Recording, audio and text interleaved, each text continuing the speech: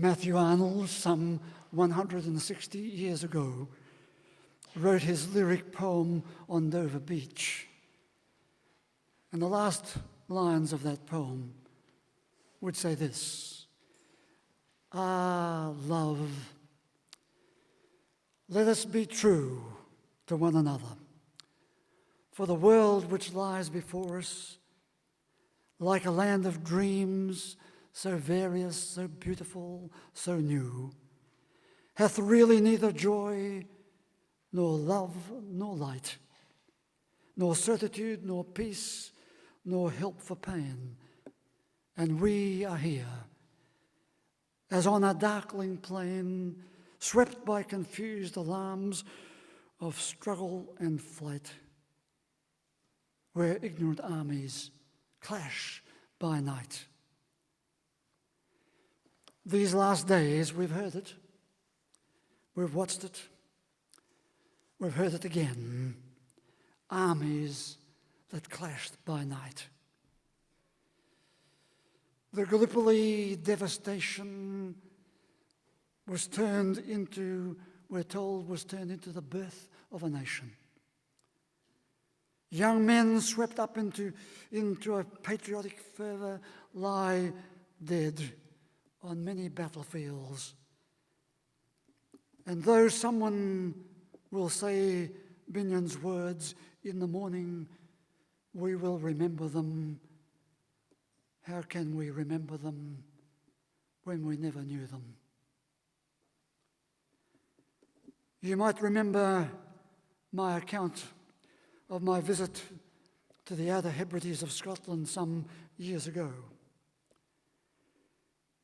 I remember well how I drove from the north to the south of that scattered archipelago,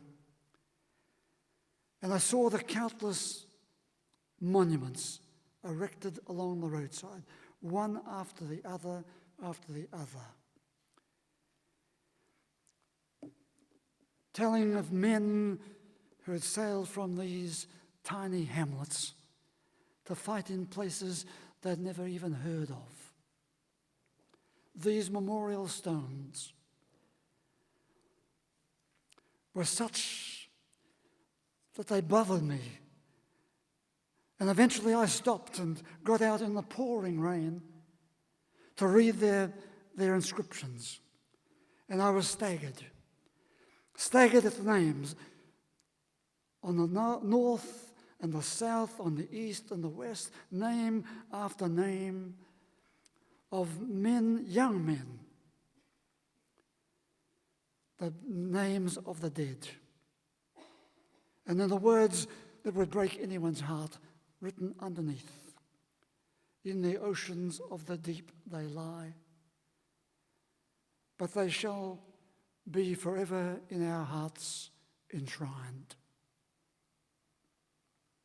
The years have passed, and whose hearts will remember them? Whose hearts will hold their memory? Then the other day, as the crowd stood in restless silence, someone said those words from St. John's Gospel, no less: "There is no greater love than this, that a man should lay down his life for his friends." Those words are attributed to Jesus of Nazareth, but we can fairly certainly say he never spoke those words. Who would give their life for their friends? Is it just a good idea? While you're alive, you have the possibility of showing the world what true friendship is, as the gospel reading said today. Jesus saying to Simon, "Show the world what true friendship is." Yes, when you're alive, we can do that, but when you're dead, you're ultimately not even a memory. One of my daughters has been in Scotland these last few weeks, and amongst her other pursuits, she has been following the trail of Ancestry.com to the homes of the descendants of our distant family way back. Those names we never knew. Those facial images can't even be visualized, and whose actual memory is gone from everything, but for the faded pages of some archival death notice. In the realities of the human zone where we live, we contrive to believe our own deceptions. They become some form of comfort, perhaps, as if to soften the terrible reality of the landing on Gallipoli, of the trenches of Europe, of the deserts of Africa, of the jungles of Asia. The lies that took many dutiful men into Iraq in recent years, or into the waste of life in Afghanistan. Try to convince me of the nobility of war, and I shall speak to you of the virtue of friendship. There is a paradox in our mankind in this 21st century. In this 21st century of high intelligence and august achievements, that we will speak of the value of friendship, but in the next breath will kill millions of our own species in wars of grotesque brutality. And victories will be celebrated, but leaving sequential generations to ponder their sadness and suffering. And there is the paradox.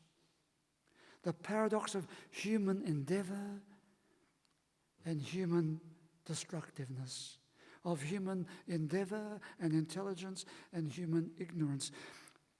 That in the early years of our personal existence, we want to be friends with everybody, surely, and yet can end up at the end of our days with not a single friend who will value our company, not a person we can reliably trust, not one soul who will ultimately remember us. War is so much more desperately decisive. So it seems. Distrust and defense seem the most realistic postures to take. Talk of friends, but who are our friends? People marry people who were once their friends. They don't expect their marriage partner to do them in, but sometimes they do. Even at close range, we know friendships are difficult to sustain. How long can they survive? Some say the best friendships are unconditional. Unconditional, indeed. Are they? Friendship, like love, is highly conditional. It has its conditions. If you make the wrong kind of demand on friendship, that friendship will turn into something else. So as I attempt today to bring two opposing ideas together, war and friendship, I will put war and violence and nastiness and all the negatives over there to one side for just a little while. Oh, they will come back. They will come back. But let us put them over there as the ghosts, always ready to become, once again, our damaging realities. And having put them there today, let us focus on friendship. Vladimir Nabokov would have been 115 this last week. He was an author of many great stories, but somehow was passed over for the Nobel Prize that I think many would have said he should have won. Well, here is one of his stories, relevant to this experience of friendship. He has Humbert go to the barber's shop for a shave. The old barber with the gift of the gab prattled on and on about his baseball player's son. And as he did what he had to do, he cleans his glasses on the apron covering Humbert and puts down the razor to read aloud a newspaper clipping about his son. Humbert was hardly interested in the barber's story, felt as if he was living the story over again to himself. And then came the last line of the story. The barber tells him, "My son's been dead 30 years." Friendship can be a beautiful story, but it also has a cruel blow because it can be dead. And you can be still telling it as if it were alive, or should be alive, was once alive. Of course, we treasure those friendships long past. But friendship needs to be alive. Another book called The Gift of Friendship, written by Colin Dorries, about the friendship of C.S. Lewis and Tolkien. One chapter of the book is called Meeting of Minds and Imagination. That sounds right. Another is called Friendship Shared. And chapter 12, he called The Gift of Friendship. Who could have deserved it? The chapter heading. Who could have deserved it? And C.S. Lewis said, friendship, like a fairy tale, gave a person a vantage point to see the world in a fresh way. Picking up the theme of the gospel reading today. Life has no better gift to give, wrote C.S. Lewis, wrote A.C. Grayling in his recent book on friendship. Who could have deserved it?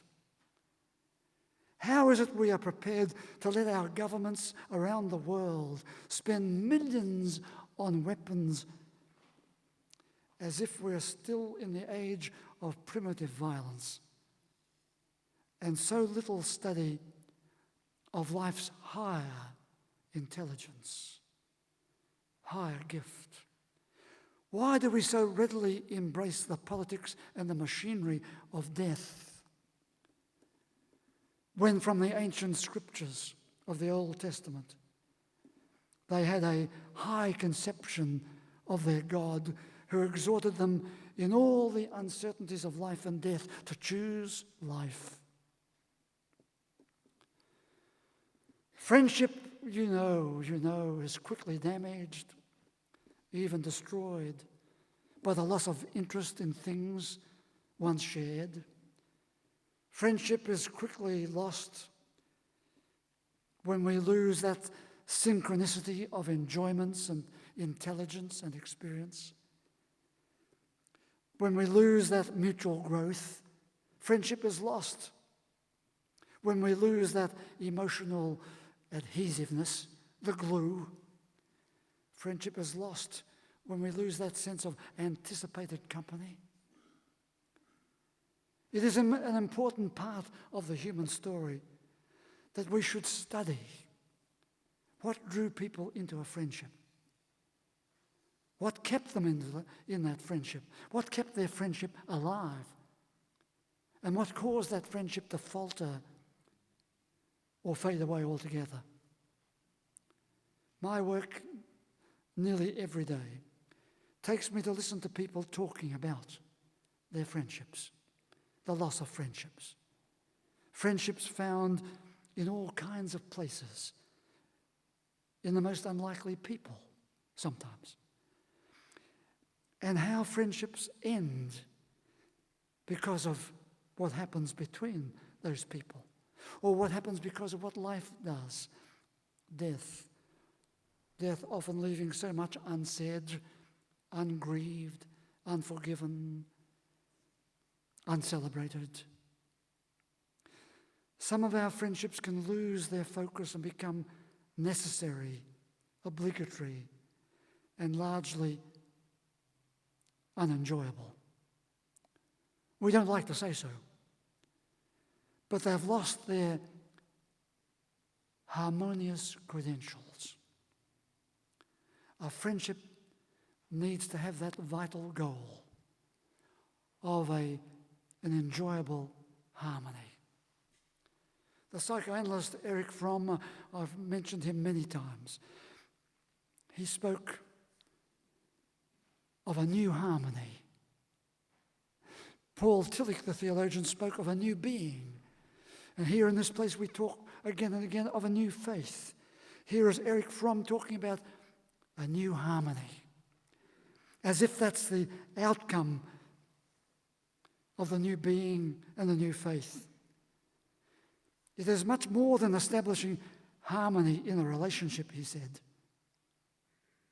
Harmony, it can only be obtained if mankind develops fully, in order to become truly human.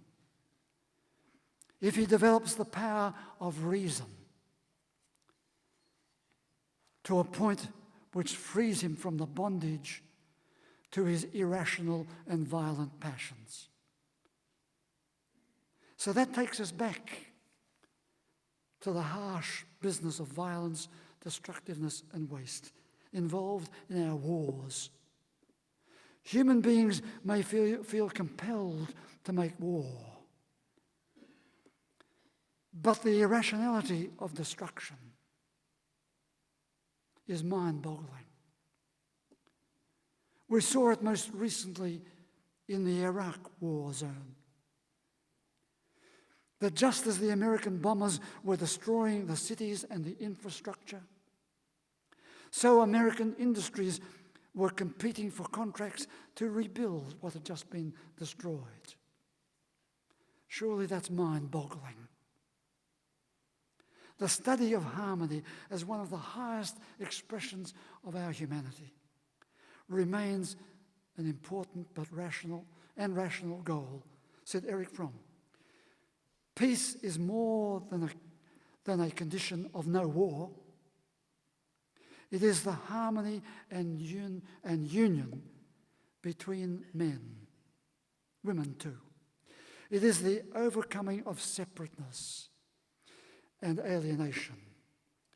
It is the triumph over irrational destructiveness and fear. Friendship. We know it best when we feel the flow of human care and kindness. We know it best when it seems to enlarge and enrich our experience of life. We know it best when another person meets us in a spirit of genuine mutuality.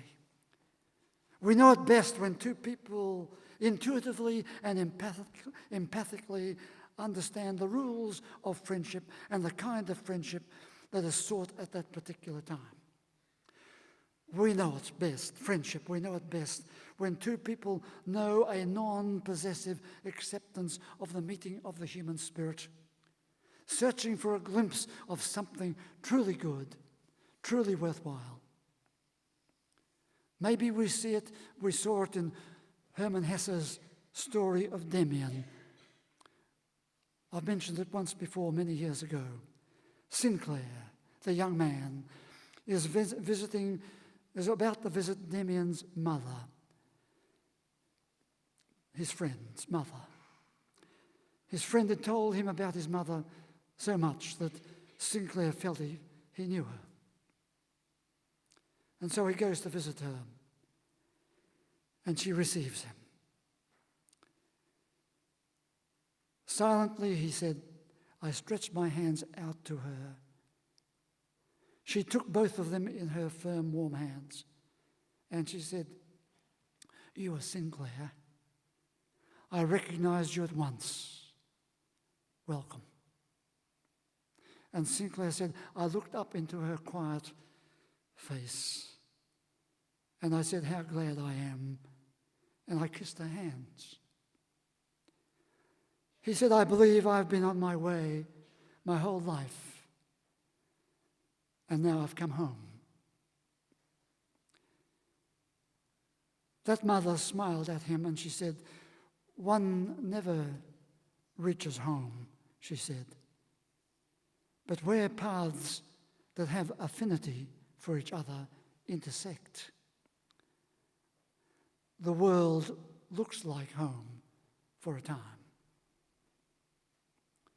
Friendship at its very best gives hope to the human heart, brings softness to the human soul. So there I put it to you, friendship. Yes, there is richness in the past, but friendship needs to be alive in the present. Friendship helps us to see the world in a new way. Friendship is searching for that goal of harmony in the world and between people. Friendship is meeting in the flow of human care and kindness. 4 things, and one last thing. You may not have a friend,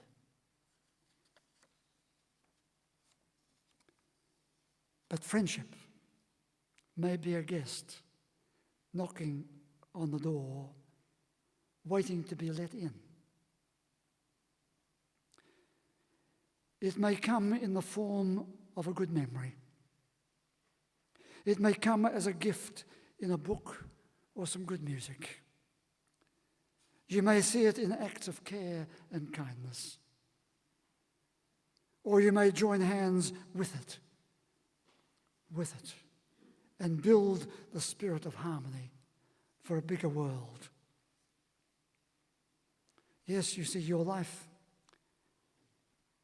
can readily recognize the presence of human destructiveness, of dissension, of distrust, of animosity and hate, of prejudice and power, of aggression and hostility, of war, of emptiness and solitude. But we have one thing more to say. We can open the door and let friendship in. Would you please stand?